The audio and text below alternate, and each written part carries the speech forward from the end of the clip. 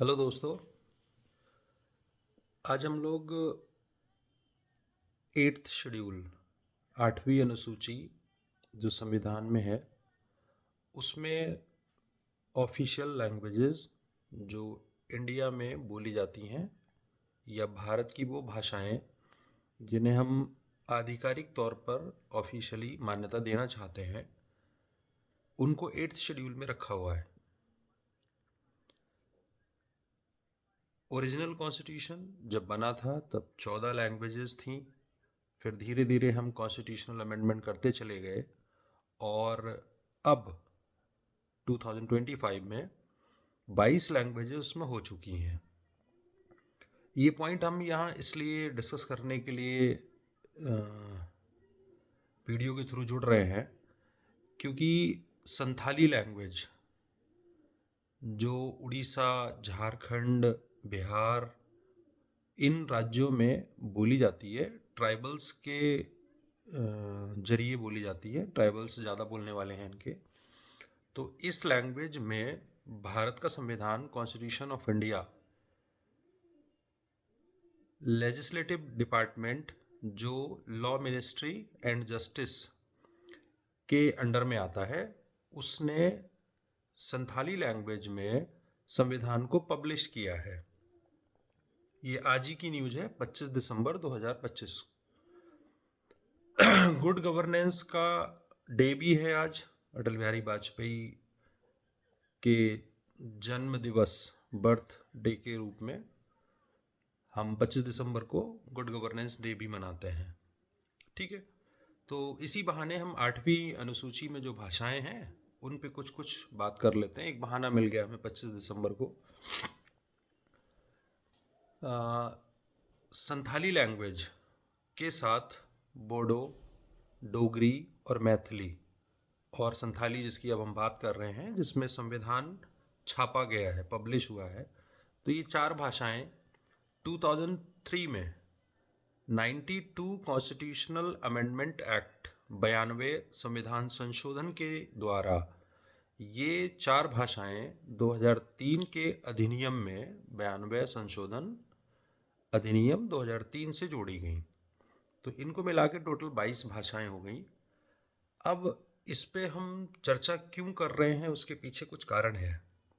राष्ट्रपति इंडिया की president honourable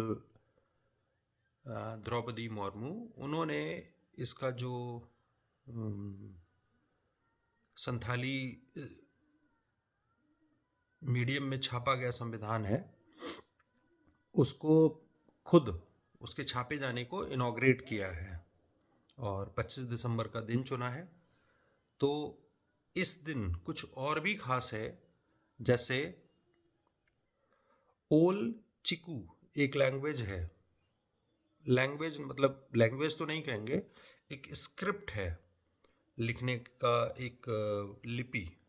उसको पंडित रघुनाथ मुर्मू ने 1925 में डेवलप किया था। तो 1925 यानी कि अब 100 साल हो गए, तो उसकी भी बर्थ सेंटेनरी है एक स्क्रिप्ट ओल चिकी।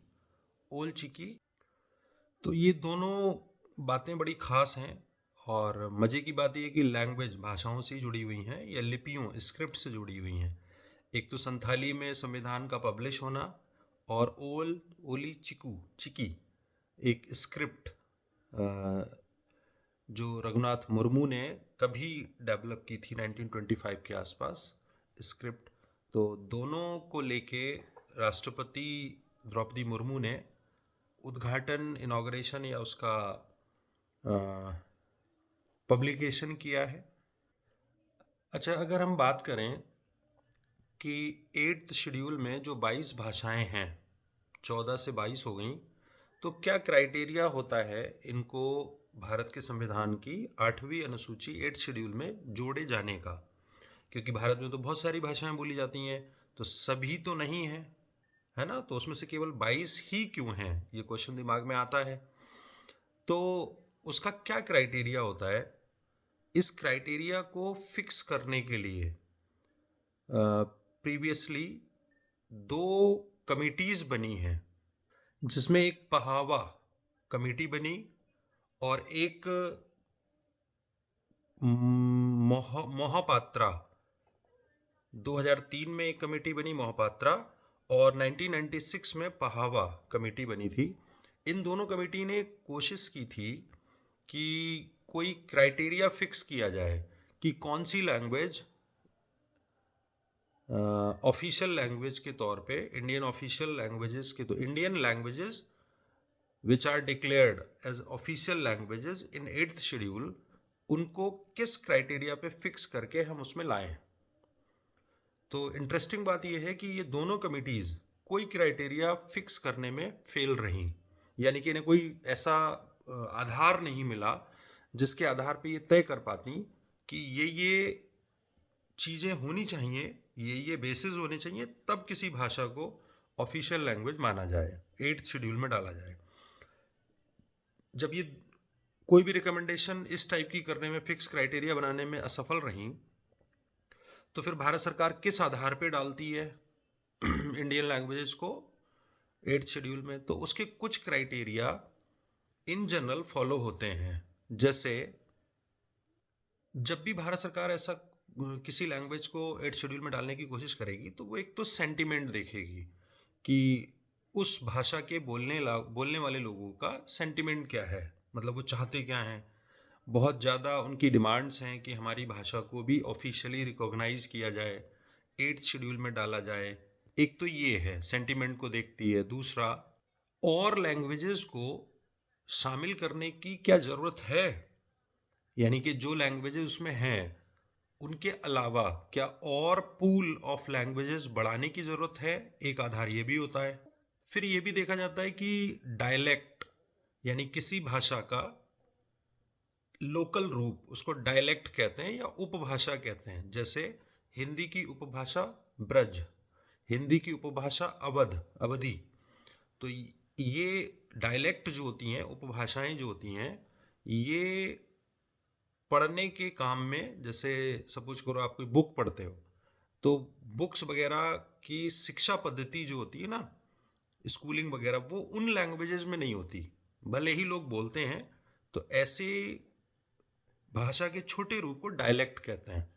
और जब वो बड़े जनमानस, बड़ी पॉपुलेशन के द्वारा बोली जाने लगती है, एक्सेप्टेड होती है, फिर उसको स्कूल के पैटर्न में हम यूज कर लेते हैं। और एक आधार ये भी होता है कि बहुत वाइड स्प्रेड उसका यूज होना चाहिए, यानी कि बहुत ज़्यादा संख्या में लोग उसको बोलते हों। तो कुल मिला के सेंटिमेंट एक बड़ा रोल निभाता है कि लोग चाहते हैं कि हमारी भाषा को 8वीं अनुसूची की भाषा में रखा जाए।